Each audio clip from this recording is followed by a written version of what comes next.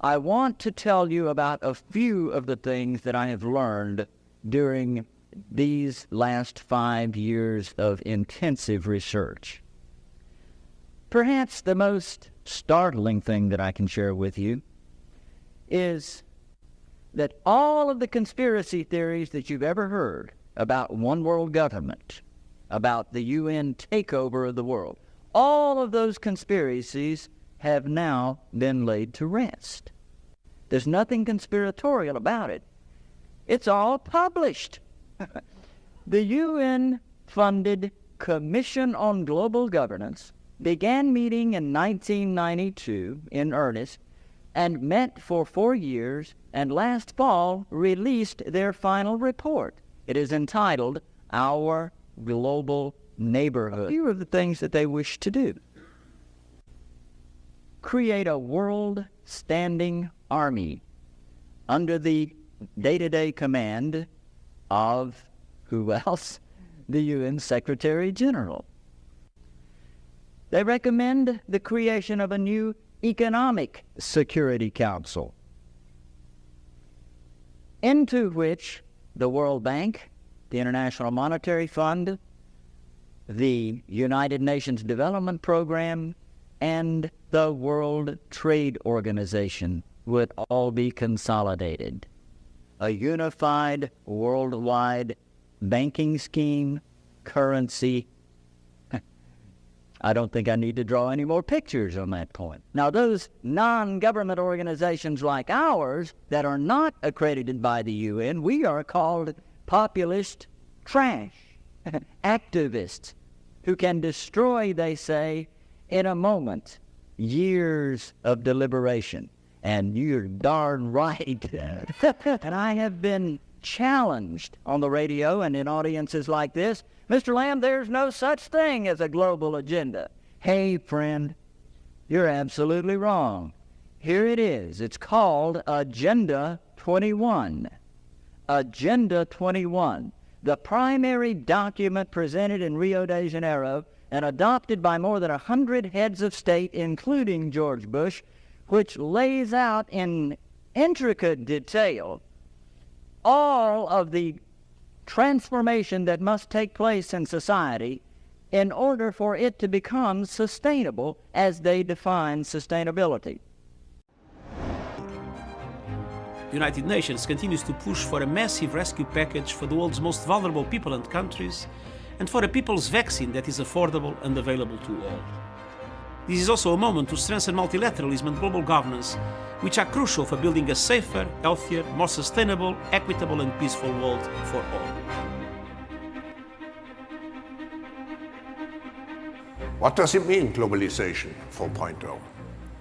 Definitively, it has to be more sustainable. We cannot continue to destroy our environment. It has to be more inclusive. Those people who have lost the hope for a better future, they have to be given a new vision. They don't want to wake up with nightmares. They want to wake up with dreams. We need a more multi-stakeholder globalization, which means a globalization not led just by governments, but where solutions are elaborated jointly by all stakeholders of society.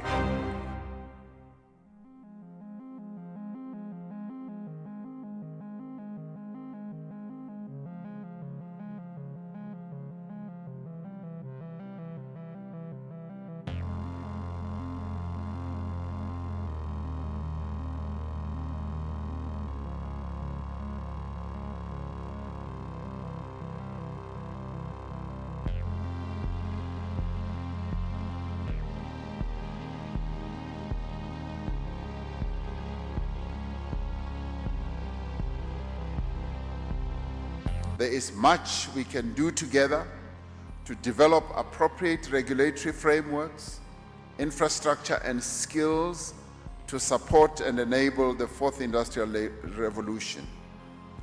The 2030 Agenda for Sustainable Development provides a comprehensive action plan for the international community. We BRICS countries should, basing ourselves on our actual national conditions, follow the guidance of the 2030 Agenda. According to Professor Klaus Schwab of the World Economic Forum, the fourth industrial revolution is characterized by a fusion of technologies.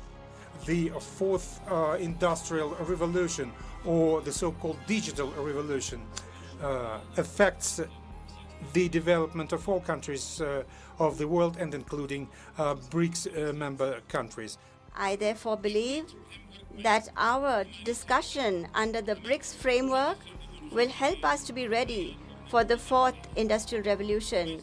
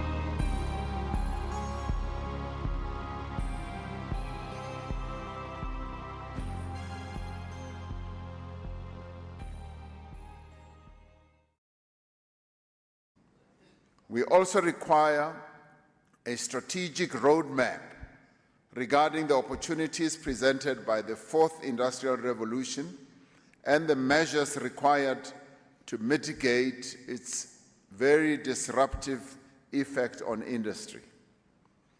I am pleased that these are some of the areas under discussion in this business forum. I look forward to the concrete proposals and the wisdom that will come from your deliberations. These should then be presented to the summit for consideration. The risks and leverage the opportunities that arise from this new digital age that has arrived. There is much we can do together to develop appropriate regulatory frameworks, infrastructure and skills to support and enable the fourth industrial revolution. Our task is to give practical expression to an economic partnership that will catapult the industrialization of our respective economies beyond the digital age. The next decade will be a crucial one in which new global growth drivers will take the place of old ones. A new round of revolution and transformation in science, technology, and industries, featuring artificial intelligence, big data, quantum information, and biotechnology, are gaining momentum. They are giving birth to a large number of new industries and business forms and models, and they will fundamentally change global development and people's work and lives. We must seize this important opportunity to enable emerging markets and developing countries to achieve leapfrog development. The next decade will see faster changes in the international landscape and the international alignment of forces. The next decade will see a profound reshaping of the global governance system. The world is moving toward multipolarity and greater economic globalization amid setbacks. Geopolitical hotspots keep emerging, And the dark shadow of terrorism and armed conflicts still haunts us. Unilateralism and protectionism are mounting, dealing a severe blow to multilateralism and the multilateral trading regime. There is a gap between developed countries and emerging markets and developing countries, i.e. the North-South gap remains huge. And there are also development gaps of varying degrees within countries. The 2030 Agenda for Sustainable Development provides a comprehensive action plan for the international community. We BRICS countries should, basing ourselves on our actual national conditions, follow the guidance of the 2030 Agenda. We should ensure harmony between man and nature and encourage the international community to fully implement the Paris Agreement. We should treat nature with awe and do more to foster an ecological system conducive to green development.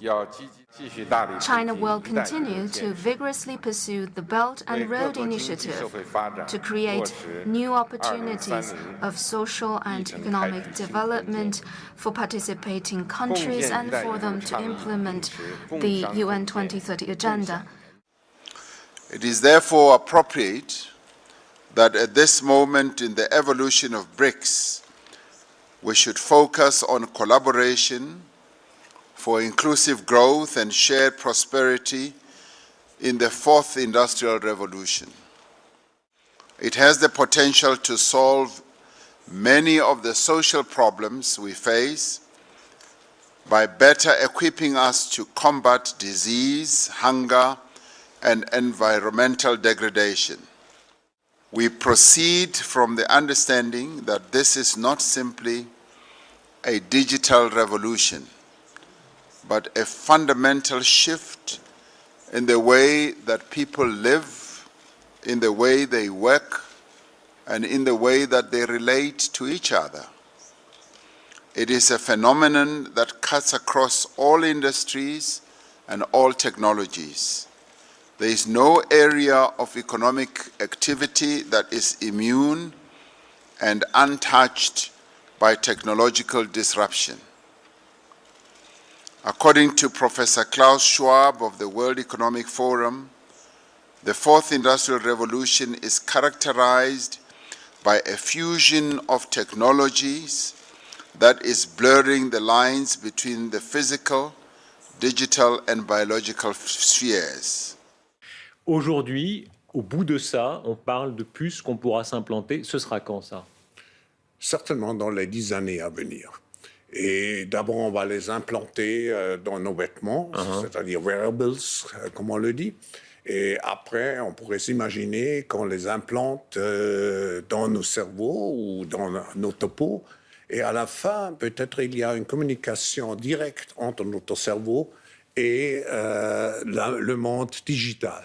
Ce que nous voyons, c'est une sorte de fusion du monde physique, digital et biologique. And look at things like artificial intelligence. Exactly. And robots. Look at things like gene editing. Exactly. You know, opening a whole new horizon for medical science. And you see, the difference of this fourth industrial revolution is it doesn't change what you are doing. It changes you. If you take genetic editing, right. Just as an example, it's you who are changed. Yeah. And of course, this has a big impact on your identity. Yeah. We must ensure that mastery of the fourth industrial revolution does not become the exclusive preserve of just a handful of countries. We must promote inclusivity, diversity, and cooperation. Excellencies, the technologies of the fourth industrial revolution provide developing and emerging economies with the opportunity to leapfrog the technologies of the preceding revolutions. The World Economic Forum predicts that the three most important skills for an employee or a worker by 2020 will be complex, solving problems, critical thinking, and creativity. Without adequate training, only a few emerging countries will possess these skills in sufficient numbers, while others will see their prospects stifled by automation. Under the partnership and in support of the manufacturing sector, a new Industrial Revolution Advisory Group comprised of policymakers and experts from all BRICS countries will be established. As the BRICS Forum, we can neither ignore nor take for granted the realities of the Fourth Industrial Revolution. As we enter the second golden decade of BRICS, we need to look to the future and place ourselves at the forefront of the extraordinary changes that are taking place.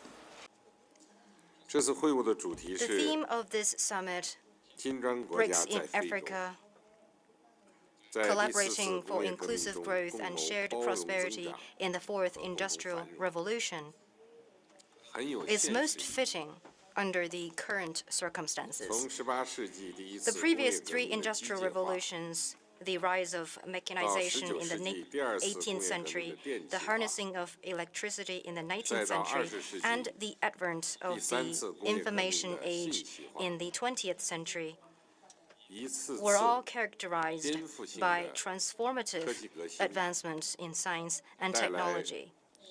Such breakthroughs have greatly unleashed social productivity and significantly improved people's living standards and profoundly shaping the course of human history.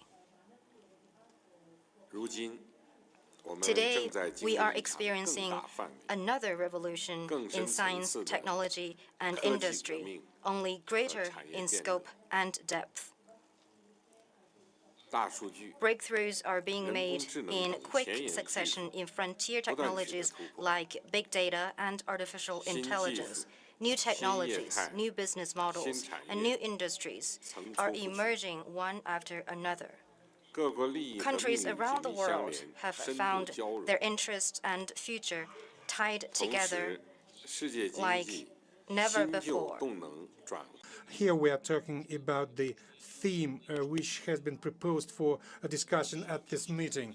The Fourth Industrial Revolution, or the so-called digital revolution, affects the development of all countries of the world, and including BRICS member countries. The digitalization process covers almost all spheres of our life, creates new economic centers, reduces costs, and increase the productiveness and efficiency of labor. Our task is create comfortable environment in order to attract investments into the state-of-the-art economic sectors, to stimulate the creation of new technologies and their introduction into the economy. The digitalization is one of the priorities of the economic policy of my country, Russia. We've adopted a national technological initiative. It's a set of measures to guarantee the technological development of Russia till 2035. We've launched the Digital Economy of Russia program. We expect that this program will allow us to increase the labor productivity by 2024 by 30%, and new sectors of Russian economy will generate 10%, more than 10% of Russian GDP. In the environment of digital realities, it's very important to guarantee the safety and security of business and our citizens. We take necessary measures, legislative and other measures, in order to achieve the situation when the creation of safe and reliable internet environment go hand in hand with due guarantee of protection of personal data and private life in digital sphere. We hope that closer partnership of BRICS countries in the area of digital economy will allow us to get better qualitative and quantitative indicators of our cooperation. Такие международные площадки, как ваша, Всемирный экономический форум в Давосе, конечно, востребован и приносит значительную пользу. Мы со своей стороны тоже проводим аналогичные мероприятия, которые, конечно, нацелены прежде всего на установление деловых контактов с партнерами России. И, вы знаете, здесь, в Петербурге, проводим Петербургский экономический форум и на Дальнем Востоке, и в Сибири, и на юге России. Так что мы берем с вас примеры, надеюсь, мы вас не подводим, а работаем, так сказать, в унисон. Меня называют отцом четвертой промышленной революции. Я написал об этом книгу. Хочу вам ее подарить. Today, the world is standing at the crossroads of all kinds of changes. The new industrial technologies and digital interface that are building a new world. They represent an opportunity and a challenge. With new systems and products, there will be new paths to economic progress.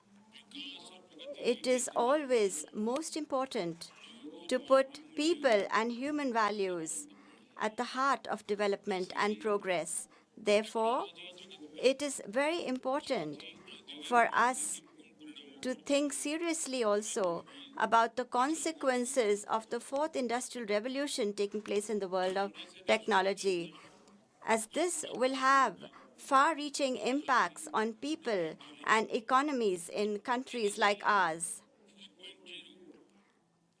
One welcome consequence of Industry 4.0 will be closer contact. The world will be flatter. Those who can make the most of this will be able to make more progress. Many deprived sections of society will be able to leapfrog across various stages of development and technology. However, it is difficult to predict the impact that these increasing inequalities and rapid changes will have on society, on human values. During the fourth industrial revolution, talent will be more important than capital. High skill but temporary work will be the new face of jobs in the future in the field of industrial production, design, and manufacturing. There will be fundamental changes that will take place with digital platforms, automation, and data flows. Geographical distances will become much less important. And when digital platforms, e-commerce, and marketplaces are linked with such technologies, then we will see new kinds of industries and business leaders getting created. The different ways, the different speeds at which we can control wealth, resources, and ideas today or lose control over them was never possible before in the history of mankind. We don't know what the consequences will be of all this, but one thing is clear: whatever happens, it will be far-reaching and serious. I therefore believe that our discussion under the BRICS framework will help us to be ready for the fourth industrial revolution. We need to discuss how, in the times we come, we can prepare ourselves totally for it. One important question that will arise will be about the kind of jobs and opportunities that will be available. As far as we can see, traditional manufacturing will continue to be a big source of jobs for our youth. On the other hand, it will be extremely necessary to bring about a change in the skills of our workers. We need to, therefore, make rapid changes in our policies and approach related to education and skill development. It is difficult to even imagine the outcome of Industry 4.0. We will need to manage globalization and migration resulting from this disruption by better multilateral coordination and collaboration.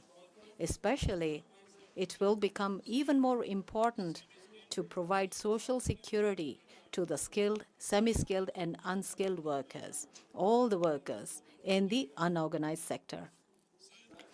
We are all very well aware of the importance of uniting in our effort in dealing with the challenges of cybersecurity.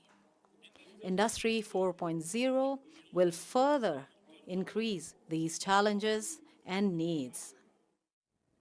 In the last 5 years, the world has become more interconnected than ever. But in many ways, it's becoming even more fragmented and polarized. China has made significant economic and social achievements under your leadership. In the first 3 quarters of 2021, China's economy grew by over 9%. You have achieved a historic goal to become a moderately prosperous society in all respects. Mr. President, I strongly echo your remarks in 2017 that mankind has made progress by surmounting difficulties, and when encountering difficulties, we should join hands and rise to the challenge. I believe this is the best time for leaders to come together and work jointly for the world to become more inclusive, more sustainable, and more prosperous. We now welcome His Excellency Xi Jinping, President of the People's Republic of China. Professor Klaus Schwab, ladies and gentlemen, friends, greetings to you all. It is my pleasure to attend this virtual session of the World Economic Forum. No matter what difficulties may come our way, we must adhere to a people-centered philosophy of development. Place development and livelihoods front and center in global macro policies. Realize the UN's 2030 Agenda for Sustainable Development and build greater synergy among existing mechanisms of development cooperation to promote balanced development worldwide. We need to uphold the principle of common but differentiated responsibilities, promote international cooperation on climate change in the context of development, and implement the outcomes of COP26 to the United Nations Framework Convention on Climate Change. Developed economies should take the lead in honoring their emissions reduction responsibilities, deliver on their commitment of financial and technological support, and create the necessary conditions for developing countries to address climate change and achieve sustainable development. Last year, I put forward a global development initiative at the UN General Assembly to draw international attention to the pressing challenges faced by developing countries. The initiative is a public good open to the whole world, which aims to form synergy with the 2030 Agenda for Sustainable Development and boost common development across the world. Achieving carbon peak and carbon neutrality are the intrinsic requirements of China's own high-quality development and a solemn pledge to the international community. China will honor its word and keep working toward its goal. We have unveiled an action plan for carbon dioxide peaking before 2030, to be followed by implementation plans for specific sectors such as energy, industry, and construction. 第一，我们要发出公平正义的声音，推动国际社会践行真正的多边主义，维护以联合国为核心的国际体系和以国际法为基础的国际秩序，摒弃冷战思维和集团对抗，反对单边制裁、滥用制裁，以人类命运共同体的大家庭超越霸权主义的小圈子。第二，我们要坚定战胜疫情的信念，本着对人民负责、对生命负责的态度，筑牢疫情防控屏障，加强国际抗疫合作，共共同守护人类生命健康。第三，我们要汇聚经济复苏的合力，加强宏观政策协调，保障产业链、供应链安全畅通，构建开放型世界经济，防范化解世界发展面临的重大风险挑战，实现更加包容、更具韧性的经济增长。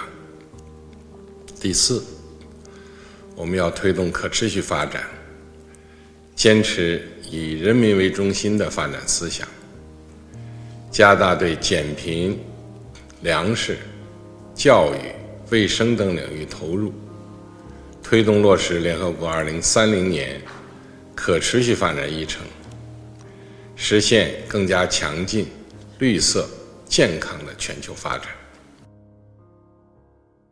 Ladies and gentlemen, please welcome this year's award winner to the stage, Prime Minister Narendra Modi.